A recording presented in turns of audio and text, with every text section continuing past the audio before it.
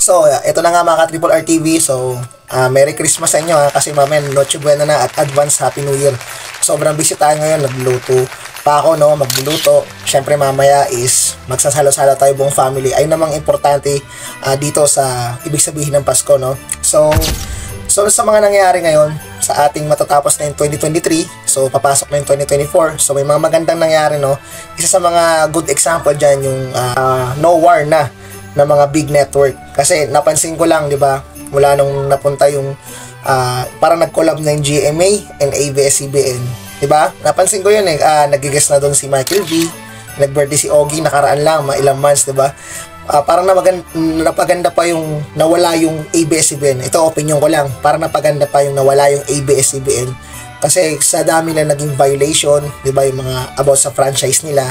So, syempre, nakalkal ng gusto yung kanilang mga documents na marami nga silang mga violation sa government, di ba?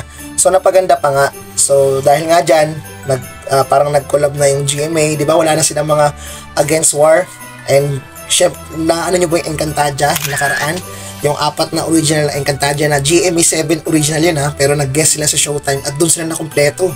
Doon pa nga sila nag-reunion kasi nga yung Showtime pinapalabas na sa GTV11. So maganda yung nakikita ko ngayon, napapansin ko lang sa ating mga sa industry ng ating mainstream media, mga artista, di ba? Mga content creator, mga influencers, parang nowhere naman dapat kasi isa na naman ang ating misyon. Ang pasayahin natin yung buong netizen, ang buong Pilipino, ang buong tao sa buong mundo kung kayo nagpapasaya from abroad. Kahit saan man yan. Ayun na lang ang pinaka-the best dyan mga ka-Triple R TV. So hanggang dito na lang, Merry Christmas in advance. So busy pa ako magluluto. So tuloy pa rin yung reaction video ko habang may ginagawa tayo. So ito ang the best. Ito talaga pagiging content creator. So mahirap. So Pasko itong suot ko. Yun lang. Peace out. Mag-iingat tayo. Merry Christmas mga sa lahat ng subscribers pala. Naku po, dadagdagan ulit 61. Maraming salamat sa nagtitiwala.